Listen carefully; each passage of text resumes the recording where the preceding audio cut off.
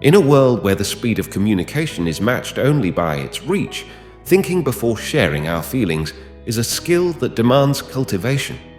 The impact of our words extends far beyond the moment of expression, shaping relationships, perceptions, and the overall digital landscape. By exercising thoughtfulness and empathy, we can harness the power of expression to build connections, foster understanding, and contribute to a more positive online and offline world. A moment of thought can prevent a lifetime of regret. Think before you speak. Think of your words as arrows. Once released, you can't take them back. Aim for positivity and let your speech hit the mark of encouragement.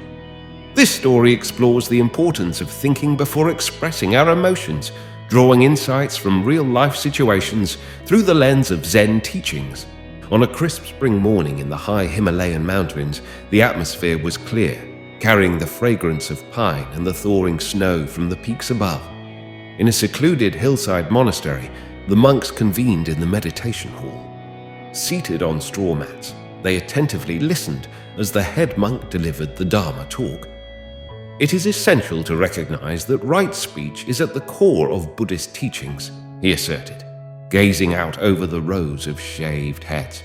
Our words possess the ability to uplift or destroy, to heal or hurt. Therefore, we must cultivate the skill of speaking with mindfulness and loving intention. The monks nodded in solemn agreement, with the exception of one individual, a young novice named Dorg, who, over the past few days, had found his mind preoccupied and restless. Dorg had been struggling with anger whenever he thought about something the merchant's daughter had said in the village below. As part of his monastic training, Dorg went to the village regularly to seek alms. Normally, the villagers treated him kindly, but the merchant's daughter, Dane, seemed to delight in mocking the monks. The day before, when Dorg extended his bowl to her, she intentionally added only a small amount of rice. "Is this insufficient quantity satisfactory to satisfy your greed?" she had sneered. Dorg was angered, but refrained from speaking out. After all, as a monk he had committed to practicing patience and non-violence. Nevertheless, Dane's haughty expression continued to infuriate him. He yearned to confront her and assertively addressed the situation. "Dorg, are you listening?" The head monk's sharp voice jolted Dorg back from his brooding thoughts. "Yes, venerable teachers," he stammered. "My apologies. My mind wandered." The elder monk gazed at him steadily for a moment before continuing the lecture. Dorg lowered his shaved head, feeling embarrassed that his troubled state of mind had been so apparent. After the lecture concluded, Dorg remained in the meditation hall feeling unsettled. Why was he letting Dean's provocation linger so persistently in his thoughts? His anger seemed to be growing like a poisonous force within him, disturbing his spiritual practice. In his quest for wisdom, Dorg approached the chief monk later that day. In the presence of the revered teacher, Dorg detailed his circumstances and the resentment he held against Dine. The monk attentively listened before imparting his wisdom, stating, "Anger ranks among the most detrimental emotions. It is believed that clinging to anger is akin to holding a burning coal. As long as you hold on to it, you are the one who suffers the burns." Dane's words were unkind, but harboring resentment only causes you to suffer further. Dori nodded. "You speak truthfully, but how can I let go of this anger when she acts so hatefully without reason?" "Have compassion for her," counseled the elder monk. "Outer actions often reflect inner troubles.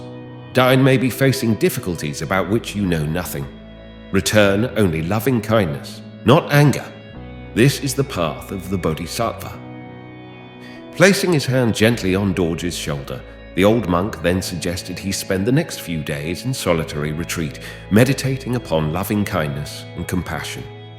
Dorg bowed and resolved to follow this wise guidance. Early the next morning, Dorg set off hiking to a small stone hut high in the mountain forests above the monastery. Here, monks would come alone on spiritual retreat for days or weeks of deep reflection. Dropping his bag of supplies, Dorg stepped into the solitary hut. He positioned a tiny Buddha figurine on the shrine and ignited incense. Sipping a cup of tea, Dorj then nestled onto the meditation cushion. Inhaling deeply, he initiated the loving-kindness meditation by chanting, "May all beings find joy. May all beings enjoy good health. May all beings live in tranquility." Slowly, Dorj felt his mind begin to calm as he repeated the sacred mantra. When thoughts of Deccan arose, he consciously transformed his anger into wishes for her happiness and well-being. Though difficult at first, Dorj persisted. The long hours of meditation in the quiet hut soothed his soul. On the third day, a sense of lightness and liberation arose in Dorj's being. The bitterness that had weighed him down dissolved, leaving only loving compassion in its place. Dorj saw now that Deccan was a troubled young woman deserving of empathy. Her actions reflected inner pain, not malice. At the end of the week, Dorj descended the mountain feeling centered and renewed. He bowed before the head monk, thanking him for the wisdom shared. The elder smiled, touching Dorj's head in blessing. The following day, Dorj awoke before dawn and made his way to the village to collect alms. As he walked down the dusty road, Dorj rehearsed what he might say if he encountered Deccan. All words fled from his mind when he saw her approaching from the other direction. Deccan's usual cocky swagger was gone. She kept her eyes downcast and suddenly held out her small pot of rice. Dorj looked closely and saw her worn clothing was stained with patches of blood. Her lip was freshly split and one eye swollen. Seeing the marks of abuse on the once haughty young woman, Dorj's heart ached with compassion. "What happened? You are hurt?" Dorj gently asked. Deccan's eyes flashed with a hint of their old defiance. "It's nothing," she muttered. "My father lost his temper last night when I spilled his rice impulsively." Dorj wanted to comfort her, to make her feel cared for in the face of such cruelty, but he restrained himself, recalling the monk's caution about right speech. Instead, Dorj simply bowed his head, hands pressed together in blessing. "I pray you find comfort. May all beings dwell in peace," he said, taking George's bowl. Dine poured rice, then hesitated. In a small voice, lacking any sarcasm, she replied, "And also with you." Dorj noticed other villagers were now approaching with their morning offerings. To spare Ditchin any awkwardness, he bowed again politely in thanks and continued on his way. However, Dorj's brief interaction with Ditchin stayed with him throughout the day.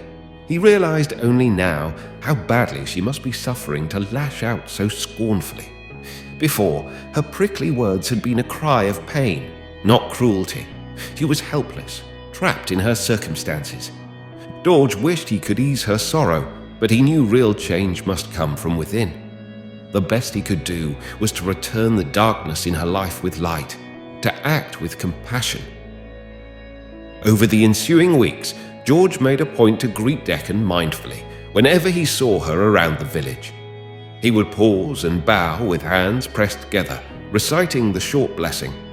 At first, Ditchin seemed puzzled by his behavior, but gradually her defensiveness began to soften, though she still said little, and sometimes the faint hint of a smile graced her lips after these interactions.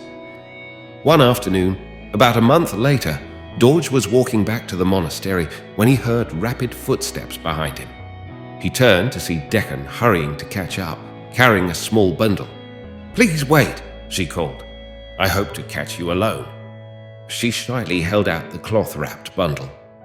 "It's only some sweet rice cakes, but I wanted to offer you something more than plain rice. You have shown me such kindness. I wish to make a humble offering." Dorj's eyes misted at this simple gesture of gratitude. He saw Deccan's inner spirit shining through beyond the protective mask she wore. Bowing deeply, he replied, "Your gift brings me much happiness, but the greatest gift is seeing you able to give it with a joyful heart. This is all I could wish." With a blush, Ditchin made a short, formal bow. As she turned to head back down the path, Dorj spoke once more. "Be well, sister. Light surrounds you." Watching her walk away, Dorj rejoiced at the transformation in Ditchin. By letting go of anger and embracing loving compassion, he had not only healed his own heart, but touched another's. He understood deeply now the Buddhist teachings on right speech, Words spoken with mindfulness could uplift souls and open the door for change. From that day onward, Dorje made compassion and care the guiding principles of his speech. He chose his words with wisdom, spread warmth with gentleness, and offered insight with humility. Seeing how even brief interactions could plant seeds of hope, Dorje became a beacon of light wherever he went. Though his actions seemed small, their effect rippled outwards in unseen ways, and Dorje knew this was only the beginning. With a spirit of love, every word could make the world a little brighter. All it took was mindfully thinking before sharing his feelings and speaking his truth from the heart. Before him extended the path, and Dorje walked with joy. The lesson of the tale remains. Words possess power, so wield them judiciously. Reckless or furious speech has the potential to inflict harm, whereas thoughtful words can bring healing.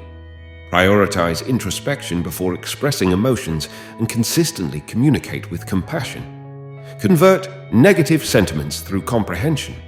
Anger and resentment only perpetuate suffering. Look for the humanity in those who cause you pain. Counter darkness with light. Confront cruelty with kindness. This is the route to peace. Your tongue has the power to build bridges or burn them. Choose to be a bridge builder. The main teachings emphasize the importance of assessing how your words affect others, managing impulsive emotions by reflecting on them, and fostering kindness even toward those who incite a reaction. This reflects the Buddhist focus on proper speech and compassion. When we pause before expressing emotions, we have the ability to uplift instead of causing harm. Engaging in mindful communication not only enriches our own inner being, but also has a positive impact on the world around us. Before you speak, ask yourself, is it true? Is it kind? Is it necessary? If not, let your words be reflections of a mindful heart. If you've found this beneficial, kindly give us a thumbs up to assist in reaching more individuals searching for ancient wisdom. For those who are new, subscribe and hit the notification bell for additional lessons on ancient wisdom. Thank you for tuning in, and we look forward to seeing you in our upcoming video. To explore more content, select one of the videos displayed on your screen.